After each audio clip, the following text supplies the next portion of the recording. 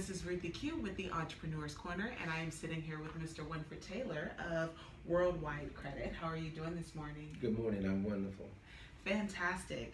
I wanted to interview you on your entrepreneurial journey because I believe that as an entrepreneur, and even for the people that are coming behind you, the people who you are paving the way for, you will be able to impart some valuable information into their journeys as they pursue whatever business they're embarking upon.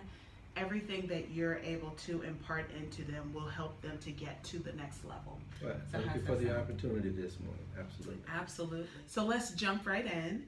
Give me your definition of power thinking.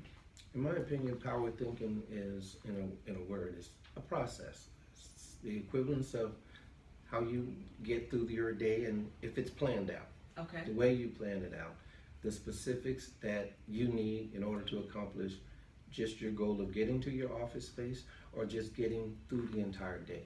Absolutely. Part of the process. Okay, so Worldwide Credit, what does your company offer specifically? Worldwide Credit itself is an amazing opportunity for people to work at. It has a cultural environment that is very, very comfortable for people to work in.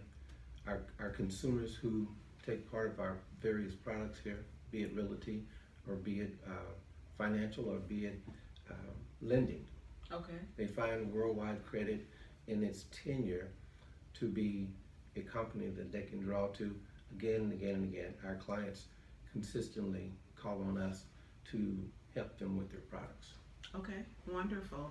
Now, who is your target audience? Who are you specifically going after with your business? We service. So in the service industry, your number one client is your consumer, and that's who we service. And we don't pursue them. It's a equal venture for both.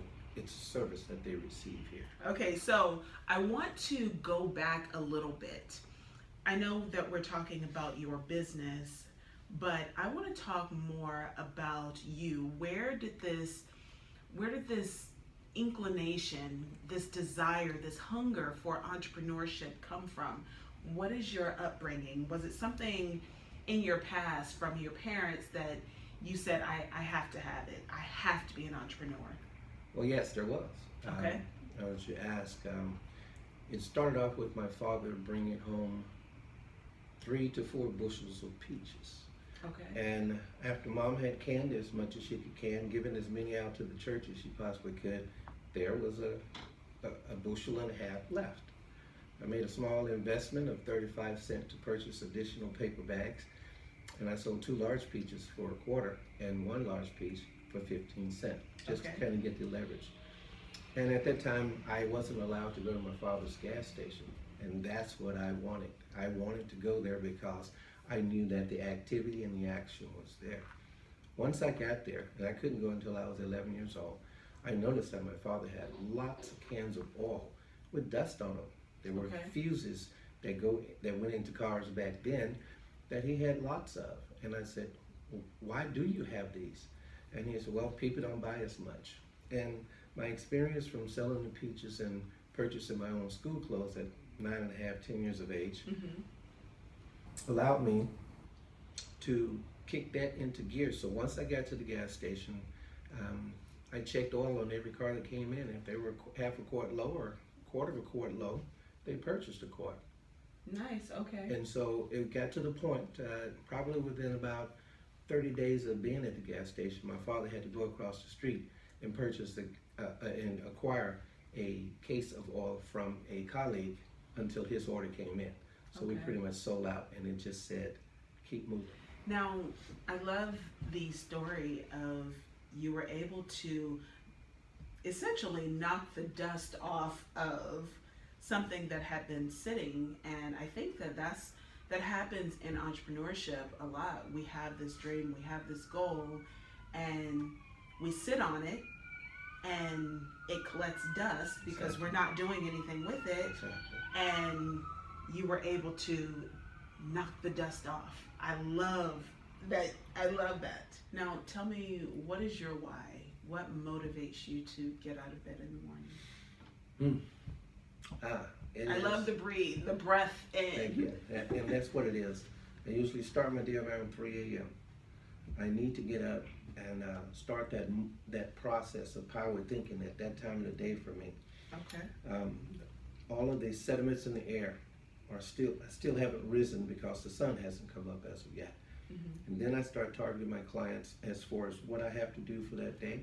And I set that up in my computer, and then I power think through the rest of my day as to how I'm going to achieve those things. And so that's the why to me is I enjoy that time.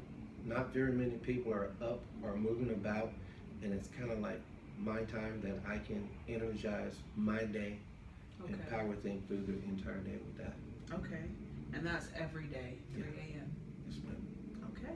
Now, tell me, do you think that there's a difference between a business owner or a small business owner and an entrepreneur? No, I don't think that there's a difference, or if there is a difference, the line is so fine because an entrepreneur can actually be a 7-year-old with a lemonade stand. Mm-hmm. Mm-hmm. And that could grow into a lemonade factory. Absolutely. As well as a lemonade orchard and everything else that comes along with that. And so, and at the same time, the 7-year-old small business as well. But it's apparent that if he gravitates to all of those other goals, then there was no small business mind in the entrepreneur. Okay. Now, do you think that entrepreneurship is something that you're born with, or is it something that you can learn? That's an amazing question. And the way I like to answer that is, we look at our athletes and our entertainers and we say how gifted they must have naturally been, but they still have to work at that. Entrepreneurship is a gift that you must continue to work at. Yes, some people are born to be business people.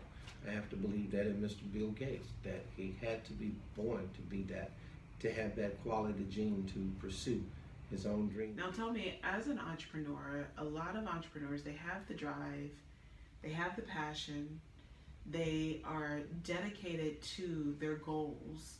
They do the dream boards, the goal boards, you name it, they do it.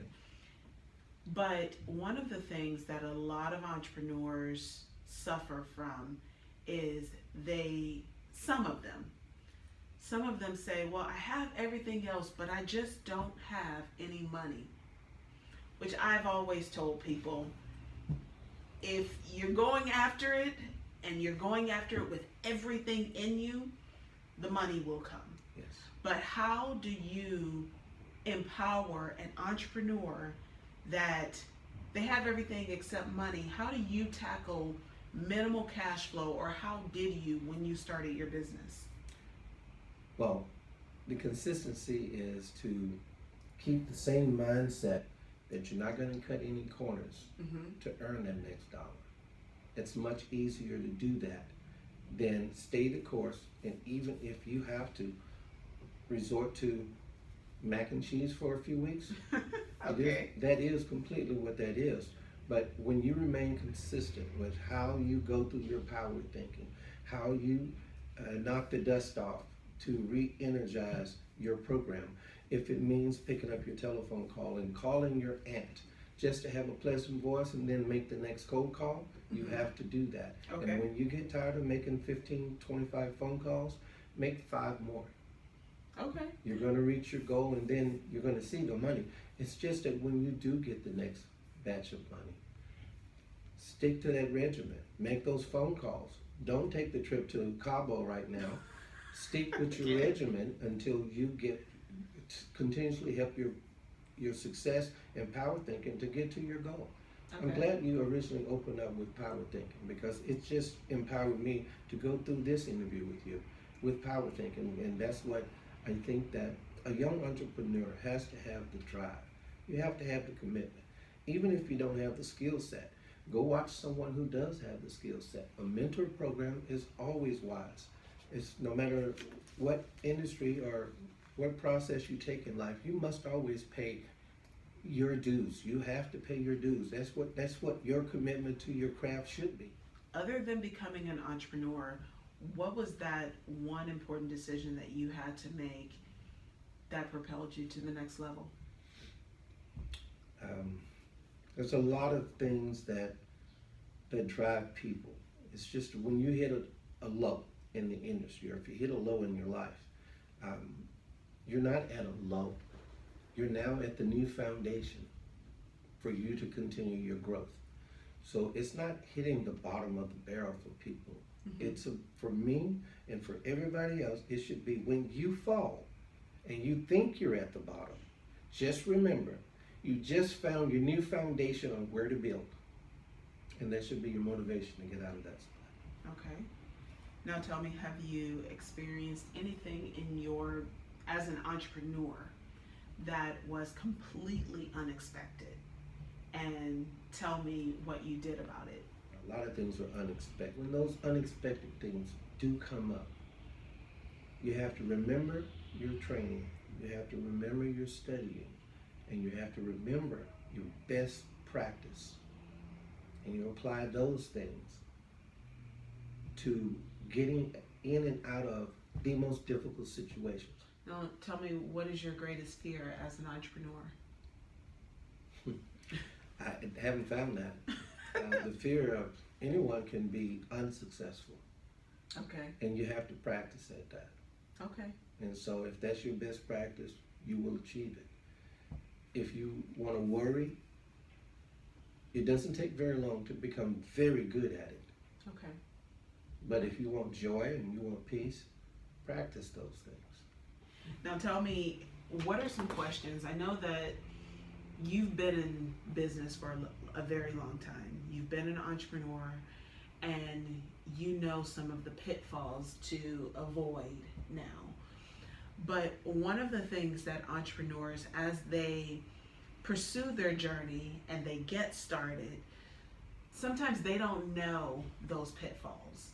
So what are some questions that they can ask from the very beginning that they don't know that they need to ask? Do I have a product that meets the need of a consumer? Mm-hmm. Should be the first question you ask yourself. Ask yourself, do I have the commitment? Am I willing to do this more than my very next breath?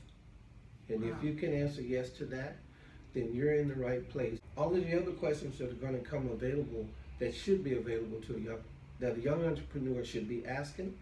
Once, did you do your data research to go into the field that you want to go into? Mm-hmm. Did you collect that data and apply that data? And did you have any positive results from the data that you collected? It doesn't matter. You have to collect the data to see if this is going to be something that the consumer is going to need. And can you readily supply it to the consumer? Do I have the passion? Do I have the drive for this? Okay. We're going to start wrapping things up, and I have one final question. And that question is, Winford, tell me, what is your definition of success as an entrepreneur?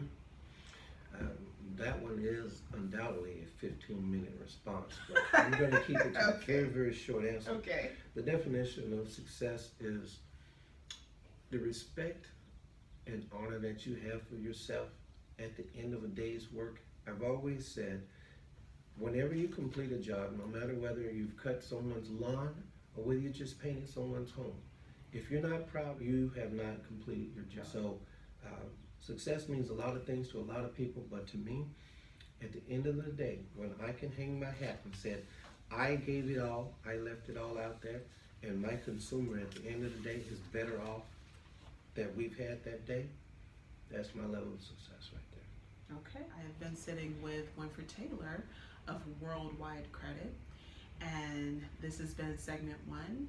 Please join us for segment 2. This has been Ruthie Q and Mr. Winford Taylor. Thank you so much for sharing this time with me. Thank you very much for allowing me. Take care, guys.